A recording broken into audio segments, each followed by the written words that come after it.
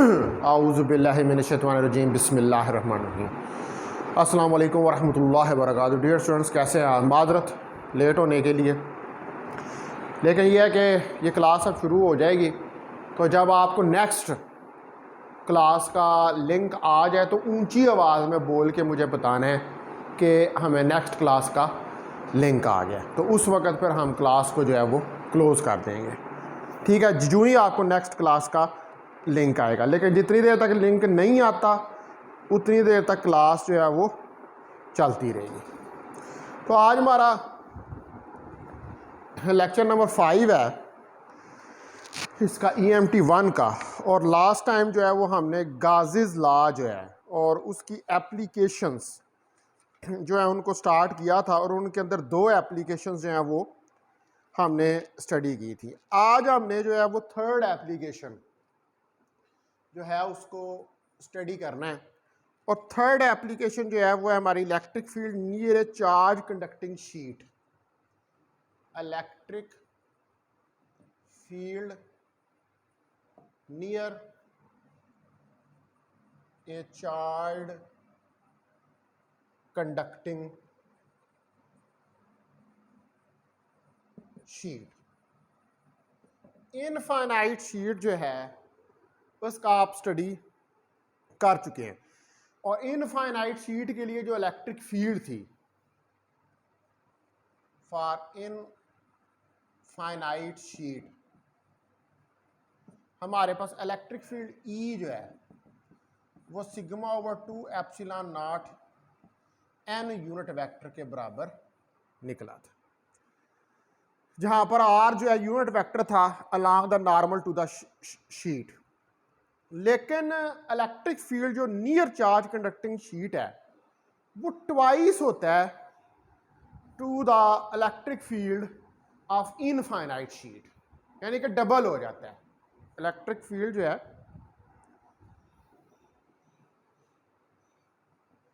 Electric field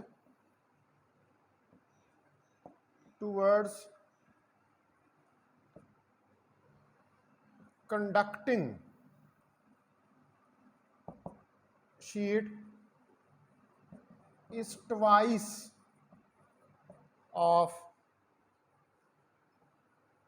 electric field near infinite sheet। तो infinite sheet के मुकाबले में ये हमारे पास जो है वो डबल हो जाता है, यानी कि फील्ड की वैल्यू कंडक्टिंग शीट के केस में डबल जो है वो हो जाती है। नाउ लेट्स सी कि जो शीट ऑफ चार्ज है इसको हम कैसे ऑब्टेन करते हैं। हम शीट ऑफ चार्ज की एक साइड की लेयर के ऊपर, मिसाल के तौर पर हमारे पास प्लास्टिक की एक शीट है, उसके ऊपर हम चार्ज को स्प्रे कर देते हैं, तो चार्जेस जो हैं वो स्टिक कर जाते हैं उस जगह पर जहां पर वो फॉल डाउन करते हैं। ठीक है, क्या आपके पास एक प्लास्टिक की शीट है, उस प्लास्टिक की शीट के ऊपर हम क्या करते हैं कि पॉजिटिव या नेगेटिव चार्ज जो है उसको स्प्रे कर देते हैं, और वो पॉजिटिव या नेगेटिव चार्ज जो है वो जहां जहां शीट पर गिरता है वो उसके साथ स्टिक कर जाता है, यानी कि चिपक जाता है। ठीक है, और ये चार्जेस जो होते हैं ये फ्री नहीं होते कि ये मूव कर सकें। लेकिन ये केस जो है ये सिर्फ इनफाइनाइट शीट का केस है। This is not the case of conductor. ये कंडक्टर का केस नहीं है कि जब कंडक्टर चार्ज हो। ठीक है, यानी कि कहने का मतलब यह है कि आपने एक चार्ज पॉजिटिव या नेगेटिव चार्ज लिया, उस पॉजिटिव या नेगेटिव चार्ज को आपने स्प्रे कर दिया किसी प्लास्टिक की इनफाइनाइट शीट के ऊपर, तो वह चार्ज उसके ऊपर जाकर स्टिक कर गया, उसके साथ चिमट गया। ठीक है, लेकिन ये केस वो नहीं है कि जो कंडक्टर का है, यानी कि जब कंडक्टर चार्ज होता है, जब कंडक्टर के ऊपर चार्ज आया होता है, कंडक्टिंग मीन जिसके अंदर से चार्ज फ्लो कर सकें। तो जो थिन लेयर है किसी कंडक्टर मटेरियल की, इसकी हमेशा 2 सरफेसेस होती हैं। ठीक है,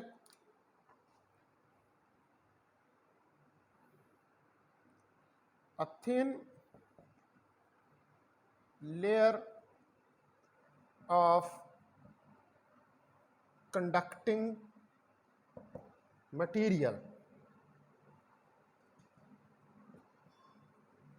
always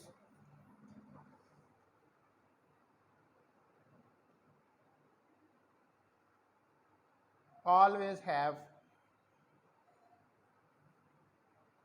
two surfaces। तो इसकी हमेशा दो सरफेसेस होती है कंडक्टिंग मटेरियल के। जो इनफाइनाइट शीट होती है उसकी सिंगल सरफेस होती है, लेकिन जो कंडक्टिंग शीट होती है उसकी दो सरफेसेस होती है। इनफाइनाइट शीट की single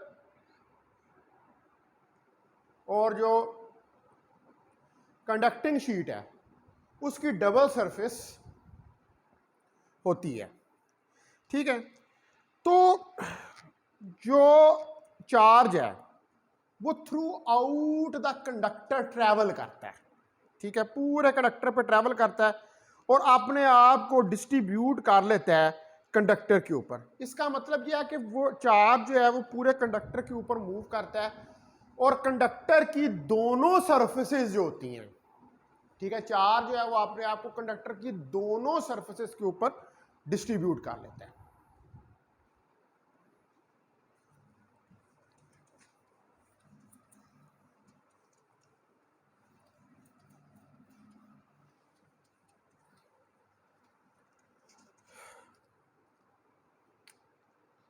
The charge will distribute itself on the both surfaces of the conductor। दोनों सरफेसेस के ऊपर अपने आप को डिस्ट्रीब्यूट कर लेता है, यानी कि दोनों सरफेसेस के ऊपर जो है कंडक्टर की वो चार्ज आ जाता है। दोनों सरफेसेस के ऊपर जो है वो चार्ज पाया जाता है। तो जो सरफेस डेंसिटी है कंडक्टर की ये इक्वल होती है थिन शीट के बराबर। ठीक है, the surface density of a conductor is equal to the thin sheet। तो ये थिन शीट के बराबर होती है इसकी सरफेस चार्ज डेंसिटी। ठीक है, किस वक्त? उस वक्त जब हमारे पास डबल चार्ज है वो कंडक्टर को दिया जाता है as compare to the sheet. ठीक है, when double charge is given to the conductor as compared to the thin sheet। यानी कि थिन शीट के मुकाबले में आपको डबल चार्ज जो है वो कंडक्टर को देना पड़ता है। अब इसलिए आपको डबल चार्ज देना पड़ेगा, उसकी वजह यह है कि कंडक्टर जो है उसकी दो सरफेसेस होती हैं। कंडक्टर जो है उसकी एक सरफेस नहीं होती, कंडक्टर की दो सरफेसेस होती हैं। तो दो सरफेसेस में आपको फिर थिन शीट के मुकाबले में डबल चार्ज जो है वो प्रोवाइड करना पड़ेगा ताकि वो दोनों सरफेसेस के ऊपर अपने आप को डिस्ट्रीब्यूट कर ले। ठीक है जी, क्योंकि दोनों सरफेसेस को हमें चार्ज करना है। तो जो हमारे पास हर फेस होता है कंडक्टर का, ईच फेस ऑफ कंडक्टर के लिए जो इलेक्ट्रिक फील्ड की वैल्यू है, for each case of conductor the value of electric field is E sigma over 2 epsilon not, यानी कि एक सरफेस के लिए जो इलेक्ट्रिक फील्ड की वैल्यू होगी वो E is equal to sigma over 2 epsilon naught के बराबर होगी। तो जो पॉइंट हमारे पास आउटसाइड है कंडक्टिंग शीट के, तो इलेक्ट्रिक फील्ड जो है एक हमारे पास लेफ्ट फेस की तरफ से होगा और एक इलेक्ट्रिक फील्ड हमारे पास राइट फेस की तरफ से होगा, यानी कि दो सरफेसेज हैं। एक इलेक्ट्रिक फील्ड एक सरफेस की वजह से होगा, दूसरा इलेक्ट्रिक फील्ड दूसरी सरफेस की वजह से होगा, और हम इन दोनों इलेक्ट्रिक फील्ड्स का सम ले लेंगे, यानी कि इन दोनों इलेक्ट्रिक फील्ड्स को आपस में ऐड कर देंगे। तो हमारे पास टोटल इलेक्ट्रिक फील्ड जो है वो निकल आएगा। तो मैं यहां पर फिगर बनाता हूं जहां से ज्यादा हमें इस बात की जो है वो समझ आएगी।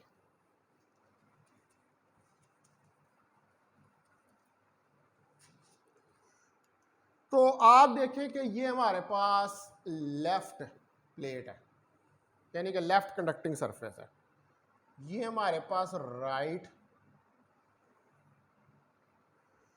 कंडक्टिंग सरफेस है। इनके ऊपर पॉजिटिव चार्ज स्प्रेड है, we have positive charge on them. अब यहां पर हमारे पास पॉइंट्स हैं A B C,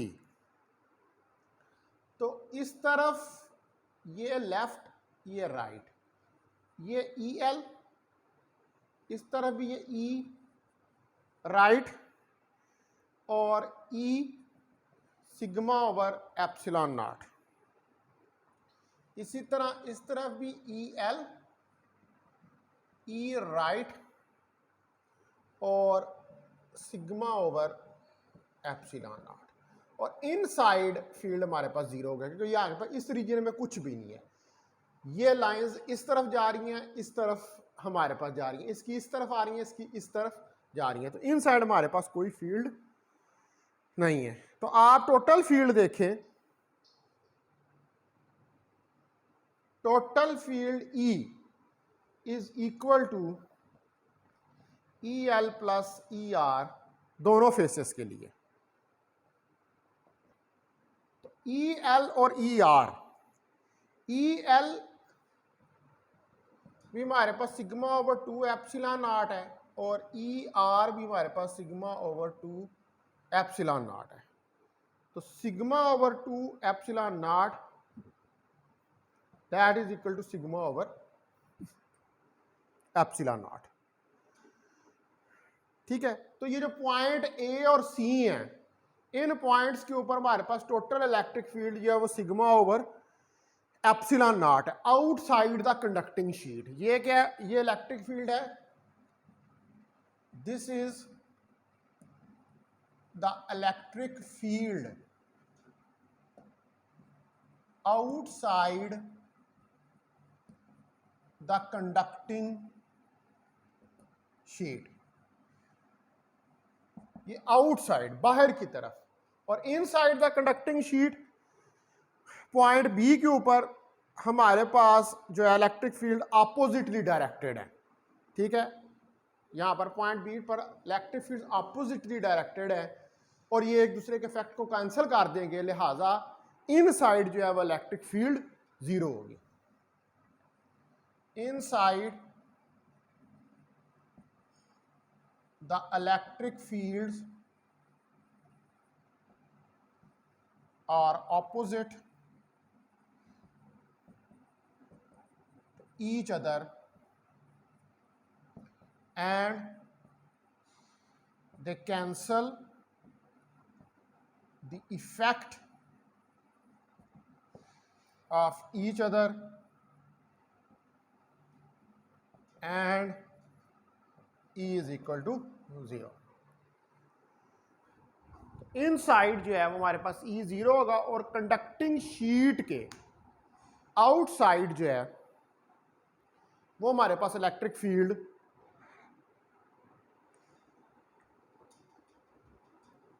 E is equal to sigma और एप्सिलॉन नॉट के बराबर हो। तो आप ये देख सकते हैं कि जो कंडक्टिंग शीट की इलेक्ट्रिक फील्ड है वो इनफाइनाइट शीट के मुकाबले में सिग्मा ओवर एप्सिलॉन नॉट है, ठीक है, डबल हो जाती है, क्योंकि यहां पर आपके पास दो सरफेसेज हैं और इनफाइनाइट शीट के केस में हमारे पास सिंगल सरफेस होती है। ठीक है डियर स्टूडेंट्स, अब चलते हैं आगे। एक और एप्लीकेशन है चार्ड आइसोलेटेड सिलेंडर कंडक्टर्स की। इसमें भी हम गाजेस लॉ जो है उसको ही यूज करेंगे। ये सारी जो है हम गाजेस लॉ की एप्लीकेशंस पढ़ रहे हैं कि हम किस तरह सिमेट्रिकल डिस्ट्रीब्यूशंस जो हैं उनकी वजह से इलेक्ट्रिक फील्ड को कैलकुलेट कर सकते हैं। तो चार्ड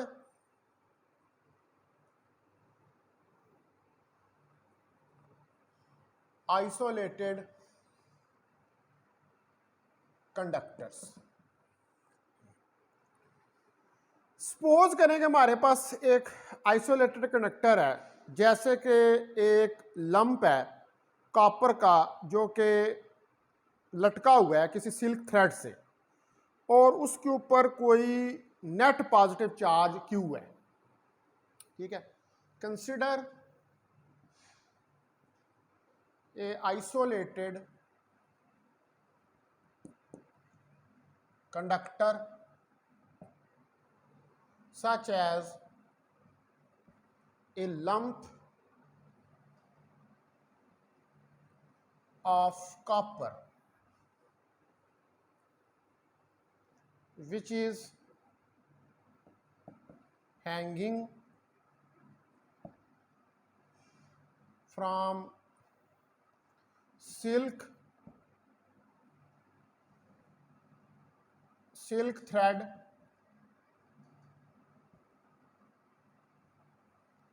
and having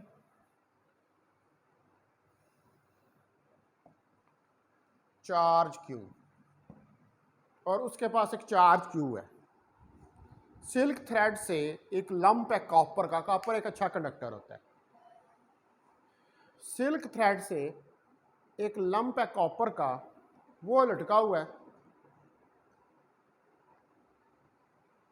और उसके ऊपर चार्ज Q है, यानी कि इस कॉपर के लंप के ऊपर जो थ्रेड से लटका हुआ है इसके ऊपर कोई चार्ज Q है। तो अगर हम इसकी फिगर बनाएं तो आप देखें कि ये स्पोर्ट है, ये कोई कॉपर से लटका हुआ है और इसके अंदर हम एक गाजियन सरफेस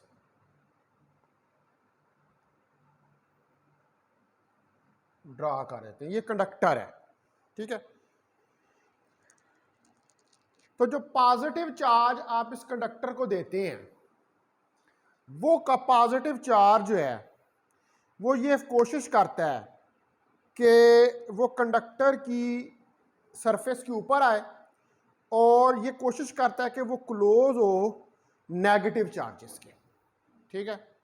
यानी कि जो आप इसको पॉजिटिव चार्ज दिया है इस लंप को, ये क्या करेगा, कोशिश कि ये सरफेस के ऊपर पॉजिटिव चार्ज आए और जो नेगेटिव चार्जेस हैं उनके करीब हो जाए, ठीक है, उनके बहुत नज़दीक आने की कोशिश करेगा, क्योंकि सारी बात है पॉजिटिव और नेगेटिव चार्जेस जो हैं वो एक दूसरे को अट्रैक्ट करते हैं। तो पॉजिटिव चार्ज जो दिया है वो सरफेस के ऊपर नेगेटिव चार्ज के करीब आने की कोशिश करेगा, अटेम्प्ट करेगा उसके करीब आने की। तो जो इंड्यूस्ड चार्जेस हैं एयर के अंदर नेगेटिव, जाहिर बात अब यहाँ पर ये एयर के अंदर नेगेटिव चार्जेस होंगे जहाँ पर ये कंडक्टर पड़ा हुआ है। तो ये जो नेगेटिव चार्जेस हैं जो एयर मॉलिक्यूल्स के जो कि कंडक्टर को सराउंड कर रहे हैं, ठीक है, उनके करीब आना। अब क्या होगा, अगर हम गाजेस लॉ को यहाँ पर अप्लाई करें तो हम एक थ्योरम जो है गाजेस लॉ की मदद से उसको प्रूव कर सकते हैं। और वो थ्योरम क्या है कि अगर एक्सेस चार्ज किसी आइसोलेटेड कंडक्टर में ऐड किया जाए तो वो जो चार्ज है वो ये कोशिश करता है उसकी इंटायरली आउटर सरफेस पे आने के लिए, और जो इंटीरियर होता है कंडक्टर का वो चार्ज फोर्स रीजन होता है।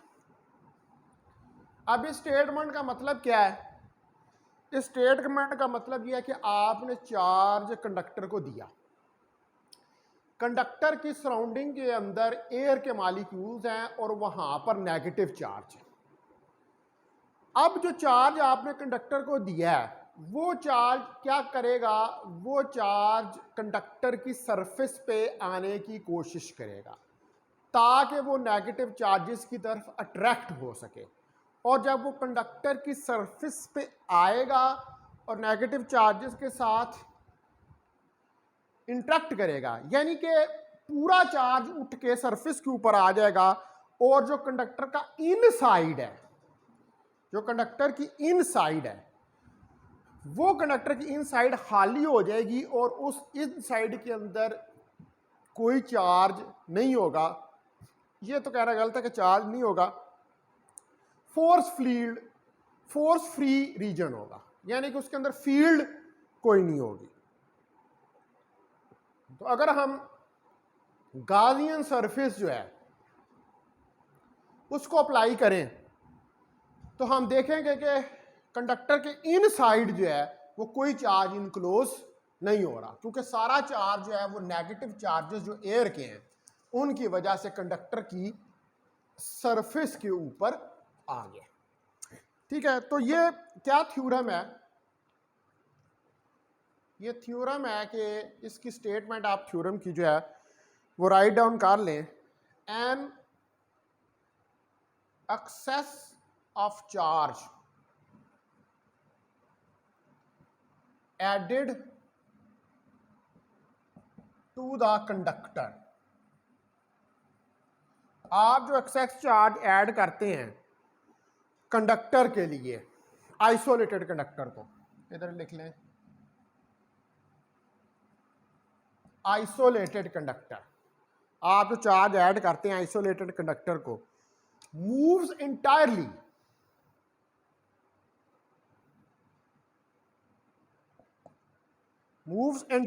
to the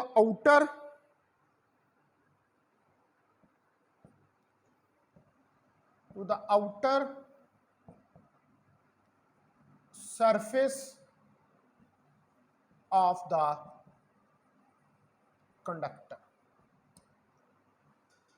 वो मुकम्मल तौर पर outer surface of the conductor के ऊपर आ जाता है, और एंड द इंटीरियर, यानी कि inside, the interior of the conductor is a force free region, यानी कि जो इनसाइड ऑफ द कंडक्टर है उसके अंदर कोई फोर्स फील्ड रीजन नहीं होता। तो under equilibrium conditions, equilibrium condition के तहत कंडक्टर के इनसाइड, ठीक है, जो इक्विलिब्रियम कंडीशंस हैं उनके मुताबिक कंडक्टर के अंदर, फिर इस लॉजिक, इस थ्योरम के मुताबिक कंडक्टर के इनसाइड जो है electric field must be zero. अगर फील्ड जो है वो कंडक्टर के अंदर जीरो ना हो तो ये क्या करेगा? ये फोर्स करेगा कंडक्शन इलेक्ट्रॉन्स को जो फ्रीली अवेलेबल है कंडक्टर में, ये काज करेगा कि उसकी वजह से कंडक्टर के अंदर इंटरनल करंट्स जो हैं वो फ्लो करें। यानी कि अगर फील्ड मौजूद है इंटीरियर में तो फिर उस फील्ड, इलेक्ट्रिक फील्ड के अंदर जो इलेक्ट्रॉन्स हैं जो कंडक्टर के अंदर फ्रीली अवेलेबल हैं, वो क्या करेंगे? वो कंडक्टर के अंदर उस इलेक्ट्रिक फील्ड के ज़ेरे असर मूव करेंगे, जिसकी वजह से कंडक्टर के इंटीरियर के अंदर कंडक्शन करंट्स जो हैं वो फ्लो करेंगे। ठीक है, तो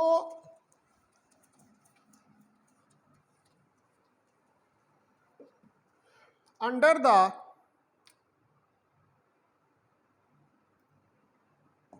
equilibrium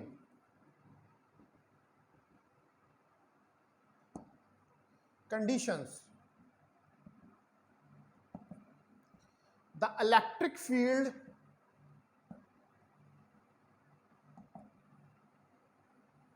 must be zero inside the conductor. Electric field को हर सूरत में जीरो होना चाहिए इनसाइड द कंडक्टर. अगर if the electric field is not zero, अगर नहीं जीरो है इनसाइड द कंडक्टर, अगर electric field inside the conductor zero नहीं है, ठीक है, तो ये क्या करेगा, it would exert a force on the conduction electrons. ठीक है, ये फोर्स एक्सर्ट करेगा. It will exert a force on conduction electrons which are freely available, जो कि freely available हैं in an conductor causing the internal currents.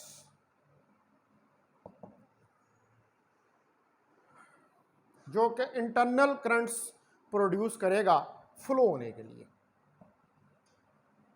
To flow. ठीक है जी. तो अगर इलेक्ट्रिक फील्ड जीरो नहीं है, वैसे तो मस्ट भी जीरो है, गाजेस लॉ की वजह से जो थ्योरम हमने देखा वो तो यही कह रहा है कि सारा चार्ज जो है वो सरफेस के ऊपर आ जाता है, और वो सारा चार्ज जो सरफेस के ऊपर आ जाता है वो इंटरेक्ट करता है जो एयर के मॉलिक्यूल्स होते हैं उनके साथ, और वो जो नेगेटिव मॉलिक्यूल्स के चार्जेस होते हैं उनके साथ इंटरेक्ट करता है, तो अंदर वाला रीजन जो है वो तो फोर्स फ्री हो जाता है. यानी कि अंदर वाले रीजन में, इंटीरियर ऑफ द कंडक्टर में हमारे पास कोई इलेक्ट्रिक फील्ड नहीं होती.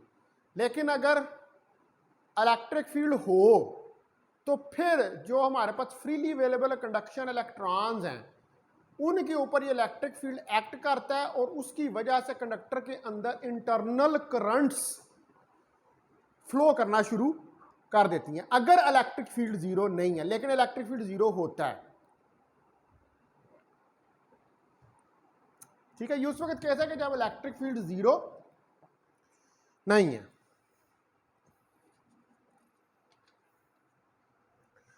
तो जो एक्सपेरिमेंट्स हैं उससे ये पता चलता है कि जो कंडक्टिंग करंट है ये आइसोलेटेड कंडक्टर के अंदर एग्जिस्ट नहीं करती. ठीक है, जो एक्सपेरिमेंट्स हैं वो ये बताते हैं कि आइसोलेटेड कंडक्टर के अंदर कंडक्टिंग करंट्स जो हैं वो एग्जिस्ट नहीं करती. Experiment shows that conducting currents are not present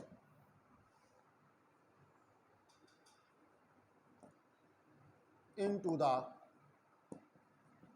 isolated conductor. Isolated conductor के अंदर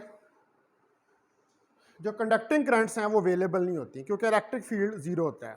तो इसका मतलब है कि इलेक्ट्रिक फील्ड जो हैं वो अपीयर होते हैं inside the conductor during the process of charging of the conductor. यानी कि जब आप कंडक्टर को चार्ज कर रहे होते हैं तो inside the conductor electric fields appear होते हैं. ये नहीं है कि इलेक्ट्रिक फील्ड्स अपीयर नहीं होते. जब आप कंडक्टर को चार्ज कर रहे होते हैं, एक्सक्यूज मी, तो कंडक्टर के अंदर इलेक्ट्रिक फील्ड्स अपीयर होते हैं। ये नहीं है कि इलेक्ट्रिक फील्ड्स अपीयर नहीं होते उस चार्जिंग प्रोसेस के दौरान।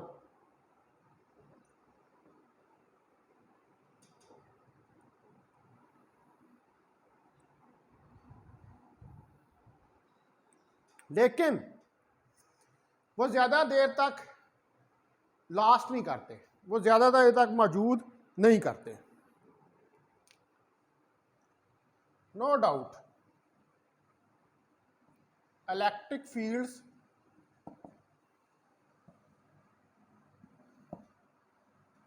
produced inside the isolated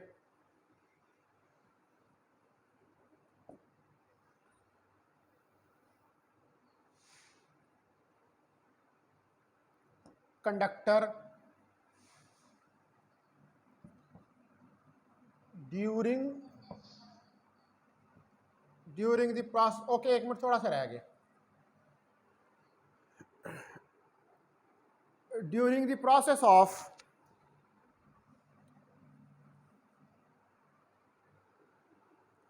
charging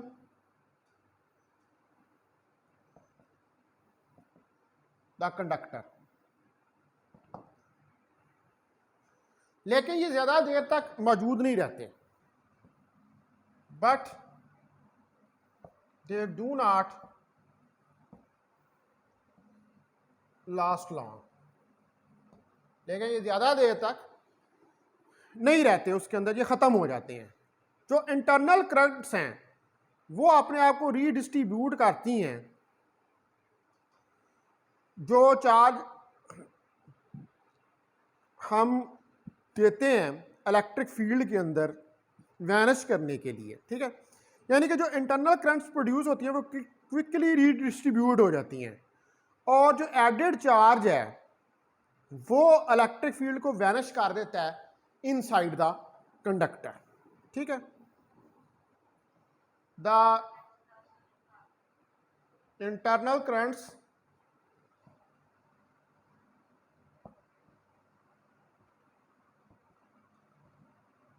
redistribute. ये थोड़ा सा रह गया, इसके बाद मैं क्लास बंद करने लगा हूं। ये थोड़ा सा, बस थोड़ा सा रह गया, 2-3 लाइन रह गया। The internal currents रीडिस्ट्रीब्यूट्स itself,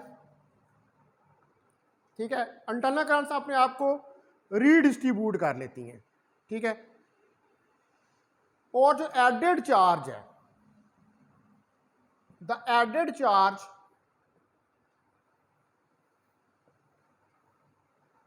make the field zero inside the conductor।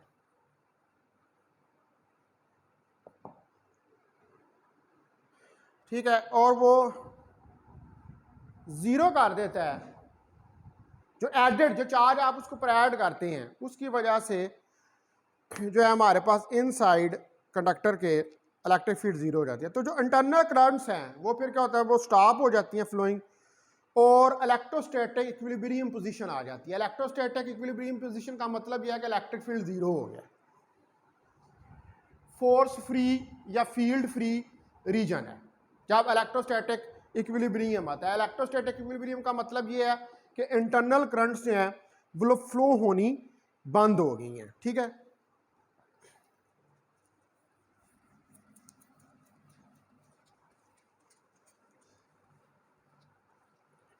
तो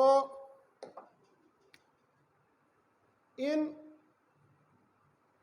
electrostatic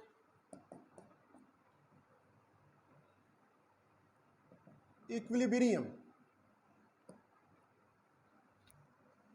the internal currents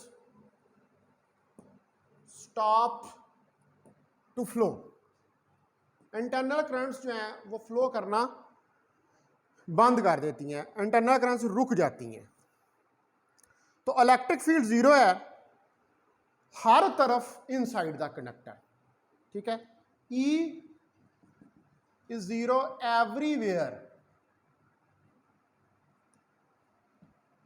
inside the conductor. हर तरफ कंडक्टर के अंदर इलेक्ट्रिक फील्ड जो है वो जीरो है, जितने भी पॉइंट्स हैं गाउसियन सरफेस के। यानी कि गाउसियन सरफेस जो है उसके अंदर कोई भी इलेक्ट्रिक फील्ड, कोई भी चार्ज इनक्लोज नहीं हो रहा। तो अगर गाउसियन सरफेस के अंदर कोई चार्ज इनक्लोज नहीं हो रहा तो इसका मतलब है कि उसमें से जो फ्लक्स पास कर रहा है वो जीरो है। ठीक है, हमें पता है कि फाई इलेक्ट्रिक फ्लक्स जो है वो क्यू ओवर एप्सिलॉन नॉट के बराबर है। तो अगर नेट चार्ज जो है if Q zero, net Q zero inside the Gaussian surface, अगर जीरो है इनसाइड द गाउसियन सरफेस तो फिर फाई भी जीरो होगा। तो लिहाजा हम यहां से ये इस कंक्लूजन पे आएंगे कि चार्ज जो है इनसाइड द गाउसियन सरफेस नहीं है। ठीक है, कोई चार्ज गाउसियन सरफेस के अंदर प्रेजेंट नहीं है और ये सिर्फ गाउसियन सरफेस के बाहर है। तो इसका मतलब यह है कि जो एक्चुअल सरफेस है कंडक्टर की और इंटीरियर ऑफ द कंडक्टर, वो इलेक्ट्रिक फील्ड उसके अंदर नहीं है, क्योंकि जो इंटीरियर है कंडक्टर का उसके अंदर कोई टोटल चार्ज, नेट चार्ज जो है वो इनक्लोज नहीं हो रहा है। ठीक है जी स्टूडेंट्स, अब ये आपका टॉपिक यहाँ पे कंप्लीट हो गया है।